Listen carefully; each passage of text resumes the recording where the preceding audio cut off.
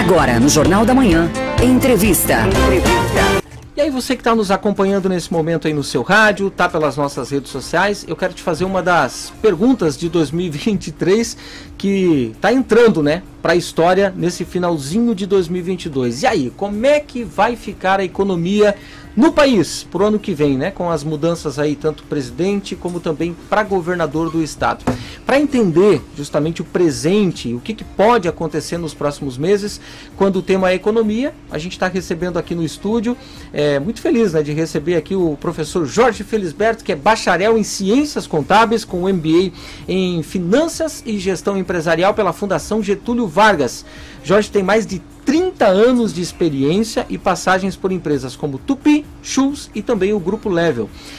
Professor, muito bom dia para o senhor, é um prazer tê-lo conosco aqui no Jornal da Manhã da Jovem Pan, tudo bem?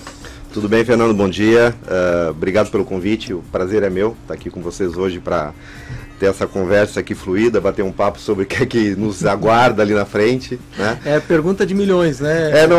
A conversa hoje ela vai ser muito fácil, né? Porque a resposta vai ser depende para tudo. Boa, boa. Professor, qual que é o atual cenário econômico brasileiro na sua avaliação hoje? A economia, ela vai bem ou nós temos desafios muito importantes neste momento? Vamos lá, acho que a gente tem que separar isso aí no antes e depois, né? A gente está numa trajetória positiva, né? A economia ela vem aí superando, né, aquela fase mais tumultuada gerada por conta do efeito da pandemia. Um ritmo de crescimento, o mercado, os especialistas de modo geral esperam aí um PIB muito perto de 3% agora para 2022. PIB, para quem não entende, é quanto que vai crescer a nossa economia. É isso. Então espera-se que a economia em 2022 cresça em torno de 3%. Alguns falam um pouco mais, outros falam um pouco menos. Né? Então, média perto de 3%. Mas está desacelerando. Né? Então está desacelerando por fatores internos e por fatores externos também. Né? A gente não vive, né, só dos efeitos internos para definir se você cresce, se você tem inflação, se a taxa de juros vai subir, vai cair, se o dólar vai subir, vai cair. Né? Tem fatores externos. E o mundo hoje passa, por conta da pandemia e também de fatores geopolíticos, a guerra, né, com a Ucrânia e a Rússia, por um período bem conturbado e de muita dúvida. Por isso a brincadeira de depende. Né? Falando do Brasil especificamente, o mercado absorveu bem os efeitos da eleição, até porque o mercado financeiro ele é muito pragmático. Né? Assim como se costuma dizer, o resultado, fosse A ou fosse B, já estava precificado nos ativos. Né? Então, todos os indicadores aí econômicos projetados para final de 2022 e para 2023 já projetavam a vitória de um ou de outro. A grande incógnita é justamente que equipe vai ser construída para liderar a economia e outras áreas, mas economia principalmente, e que estratégia, né, que estratégias, na verdade, essa equipe vai lançar mão para resolver o problema fiscal do Brasil. Né? E, novamente, quando eu falo de problema fiscal, né, no economês, não é nada a ver com imposto, com tributo. Né? É conta pública mesmo, é quanto que o governo vai arrecadar e quanto que o governo vai gastar. Né?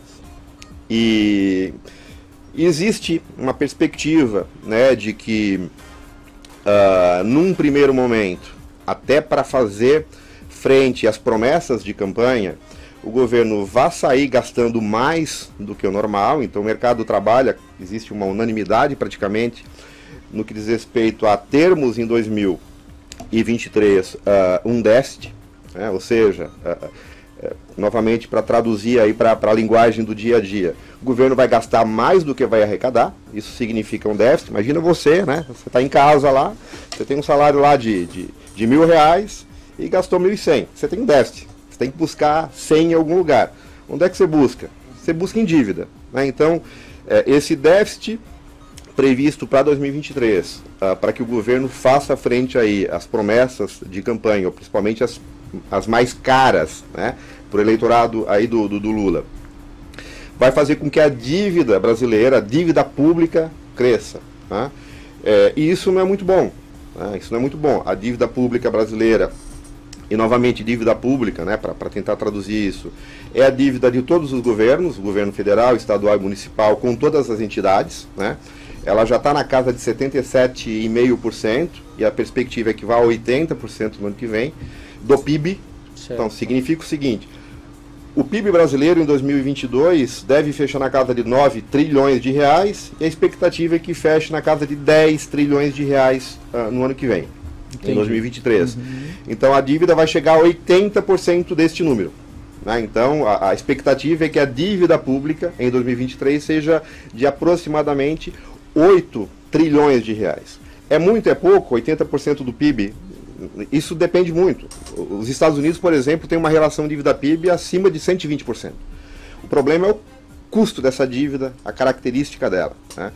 Então, tem, para resumir, uma expectativa de que nesse primeiro momento tenha um gasto mais exacerbado, mas o mercado trabalha com a hipótese de que isso não dure muito tempo, que ali na frente, talvez ainda em 2023, esta mesma equipe já comece a trabalhar em frentes para trazer, né, o que a gente chama de âncora fiscal para substituir o tal do teto de gastos, né, que se provou aí que não funciona mais. Né? Essa estrutura que se criou no passado, lá no governo Temer, para definir quanto, né, que o governo pode ou não pode gastar, ela se mostrou, pelas características da nossa economia, ineficiente, e o governo vai ter o desafio, na verdade, já tem um primeiro desafio, que é aprovar o orçamento de 2023 com ajustes. Sim. Daí o prazo está muito curto, fala-se inclusive aí da necessidade de ter um perdão do Congresso para que esse orçamento seja aprovado só no início do ano que vem, tradicionalmente teria que ser aprovado agora em novembro. Mas lá na frente alguma medida para que tenha uma âncora fiscal e traga novamente previsibilidade para os gastos públicos vai acabar tendo que ser colocado em prática, e por isso que o mercado está ainda em compasso de espera, mas projetando um crescimento para o ano que vem, menor do que esse ano em torno de 3, eu falei, ano que vem a expectativa em torno de 1, né? Mas o mundo todo está passando por isso. Né? Professor, o governo tá igual aquele camarada que arruma uma namorada nova e aí ele quer impressionar de todas as maneiras, né? Boa. E aí ele, um exemplo, ela ganha R$1.000, mas ele quer levar a menina no cinema, ele quer levar no baile, ele quer levar na festinha, e aí no final das contas ele acaba gastando muito mais do que ele arrecadou e aí... Vai pedir dinheiro para os pais. Vai pedir dinheiro para os pais, é complicado. Professor, como é que o senhor avalia, né, esse giro da máquina da economia? Vou dar um exemplo, né? Os recursos, eles devem ser facilitados ao acesso das empresas para os investimentos e também para a população aumentar aí o poder de consumo. Qual é o risco disso? Então, vamos lá, tem uma pergunta interessante a tua, porque de fato sempre que você tem injeção de dinheiro na economia, né, a exemplo do que aconteceu na pandemia, né, você tem ali como reflexo, né, um tempo depois, uma pressão inflacionária. Né, porque assim, como é que funciona isso? Mais dinheiro circulando, mais consumo. Se o setor produtivo não está pronto para aumentar a produção, para atender aquela demanda maior, né, se não tem oferta para atender aquela demanda, o efeito natural é preço subir. Né? É uma lei de mercado, né, de oferta e de demanda. Tem pouco produto, muita procura, produto sobe de preço. Tem muito produto, pouca procura, o produto cai. Então, o risco, né, que pode ter aí de uma nova assim, enxurrada de dinheiro na economia através do auxílio emergencial prorrogado, ou uma outra medida que tem pouca gente falando, mas ela do ponto de vista orçamentário ela é mais relevante que o auxílio, né? O auxílio, só para que as pessoas tenham uma ideia de volume, os R$600, se prorrogado em 2023, significa aí um gasto de 50 bi no ano de 2023 aproximadamente. E a tal da isenção do imposto de renda para pessoa física que ganha até R$5.000, que é uma outra promessa de campanha, essa custa 120 bi. Olha só. Tá? Qual que é a sensação do mercado? Como esta aqui é uma medida, a questão do imposto de renda, da isenção dos R$5.000, para quem ganha até R$5.000, ela beneficia, digamos, a classe média, né? Talvez essa aqui fique relegada a segundo plano e não venha para a pauta. Se isso acontecer, com todas as outras medidas, o PAC, a questão dos R$600 aí, prorrogados para 2023, e mais outras questões aí que são pauta da carta do Lula, né, que ele chamou de carta, o compromisso dele, deve custar para os cofres públicos aí uns 140 bi a mais de despesa em relação ao que foi 2022. Não é um volume, assim, para a pessoa comum é muito dinheiro. A pessoa não consegue nem medir quantos zeros tem nessa conta, né? Mas para um governo onde tem ali uma economia com 10 trilhões, né, projetada para 2023, deve ser um efeito moderado. Portanto, o mercado trabalha com a expectativa de que a inflação continue caindo, né? A gente deve fechar 2022 com a inflação na casa de 6, isso IPCA, né? E para 2023 na casa de 5, né? Então, ou seja, a economia vai desacelerar um pouco, mas a inflação também vai arrefecer, né? E com isso abre espaço para a redução da taxa de juros, que hoje está sacrificando muito e gerando inclusive um índice de inadimplência elevado, né, tanto de empresas quanto das famílias. Verdade. Ainda falando em governo, né, professor, nessa semana o vice-presidente eleito, né, o coordenador da equipe de transição, Geraldo Alckmin, ele anunciou o economista e ex-ministro da Fazenda de Lula e Dilma Rousseff, o Guido Mantega. E ele deve participar, né, já está participando inclusive, e responsável pela passagem de bastão entre os governos. O Mantega, ele também deve integrar aí outros grupos técnicos. Na sua avaliação, o Guido Mantega, né, ele pode contribuir com a economia brasileira no ano que vem? Lembrando que o Guido Mantega também fazia parte, né, do corpo enfim, da presidente Dilma, né, da ex-presidente da República, inclusive no ano do impeachment, né? Sim, verdade. Bom, vamos lá. De fato, o Mantega está compondo a equipe de transição que vai cuidar, né, da transição da área econômica, né? E aí um ponto importante a destacar aqui é que quem está na transição não irá necessariamente compor o governo, né? Então, assim como tem o Mantega nessa equipe, que é um nome que não agrada o mercado financeiro, ou pelo menos a maioria, né? Não agrada a maioria. Não vou entrar aqui nos porquês, né? Mas não é um nome que agrada muito. Mas nessa mesma equipe de transição você tem lá o Pércio Arruda, o Lara Rezende, né? São pessoas que participaram lá do processo da criação do Plano Real. Os mais jovens nem conhecem isso, né? Mas foi o plano que trouxe estabilidade para a economia brasileira, né? A criação da moeda que a gente tem até hoje. Na época tínhamos inflação lá de 60%, 70% ao mês. Né? Estamos falando agora de uma inflação de 6% ao ano e está acima da meta, que é 4,5%. Né? Então, tem pessoas nesta equipe de transição, e eu acho que isso foi meio que proposital, para ter ali um sistema aí de pontos e contrapontos, né? De uma ideologia, para usar uma palavra aí que está na moda, né? Mais de esquerda, mas pessoas também mais de direita e pessoas de centro. Então, no final do dia, eu acho que essa equipe de transição foi montada um pouco para um ficar policiando o outro e não tender nem para cá nem para lá, né? Mas é uma expectativa muito pessoal. Tá? Assim, se você conversar com outros colegas, vai ter outras opiniões diferentes. Quanto mais colegas, mais opiniões diferentes, porque não existe. Está todo mundo, como eu falei no início da conversa, em compasso de espera. Eu vou aproveitar, professor, e vou pegar um gancho, né? Vou fazer um elo aí dessa resposta do senhor e vou reformular a pergunta. Como é que o mercado está vendo essa movimentação inicial do governo, né? Então, essa mescla de nomes na equipe, nomes de centro, como o senhor comentou, de centro-direita, inclusive também um pouco de esquerda, né? Como vimos no caso do Plano Real, nomes de centro-direita. Como é que o mercado em si está vendo essa movimentação? Ainda em compasso de espera. Assim, a maioria, eu tenho conversado aí com alguns amigos meus, economistas, chefes de banco, inclusive, acompanho de perto os relatórios, né, que o Departamento de Economia dos grandes bancos geram, alguns em base semanal. E ninguém aposta ainda em nada, tá? Essa que é a verdade. Assim, estão em compasso de espera, né? Óbvio, né? que toda vez que tem algum indício de que um Guido Mantega pode ali na frente, pós-transição, liderar uma área importante do governo, né? Relacionada à área econômica, assusta um pouco, né? Porque traz, né, à tona, pelo histórico dele nos governos anteriores, você citou o governo Dilma, né, a possibilidade de ter uma política um pouco mais expansionista do ponto de vista do gasto público. Certo. Né? Então, se isso traz desequilíbrio fiscal, é o que eu comentei. A gente está aí já numa trajetória quase líquida e certa de ter um déficit em 2023, né? E isso gerar um aumento na dívida pública. Se for pontual, né? Ok.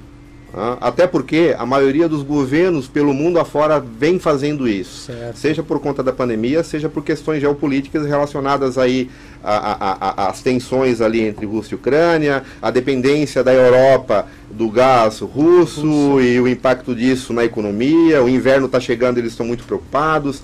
Tá certo que a gente vai ter, está quase dado, são poucos aqueles que não afirmam, né, no setor da economia e que analisam a economia global, de que nos Estados Unidos vai ter uma recessão em 2023, suave, mas vai ter. Perspectiva grande de que a Europa também passe por uma recessão em 2023. Então, para combater isso, vai ter mais gasto público. Né? Vai ter mais gasto público. Primeira-ministra lá da Inglaterra não durou nem 45 dias no cargo porque ela exagerou na conta. Ela quis gastar demais. Opa!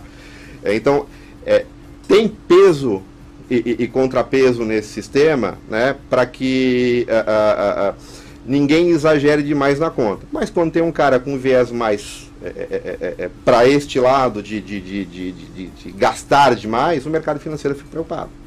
Professor, para a gente finalizar então, com todo esse cenário econômico, né, que a gente comentou aqui, que está previsto para 2023, qual é a grande lição que fica então para nós, para a população? É hora de poupar, economizar, enfim, como é que deve ser o próximo ano para investimentos e também para a chamada organização financeira? Vamos lá.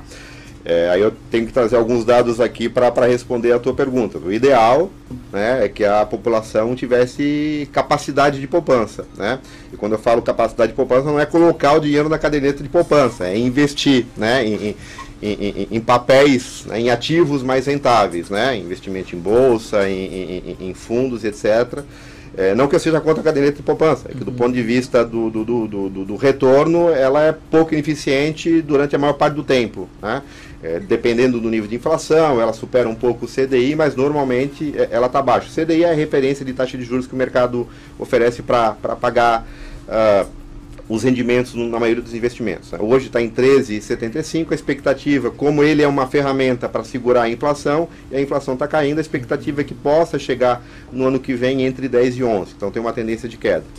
Mas o fato é que a população brasileira não tem capacidade de poupar. A gente tem aí, isso são dados recentes, 80% da população brasileira está endividada. Não é endividada com dívida vencida, não é inadimplência. É o cara que tem o cartão de crédito, tem o carnezinho da Lojas Marisa, a conta de gás, de luz, enfim, a maioria, né, 80%. Na verdade tem um corte, né?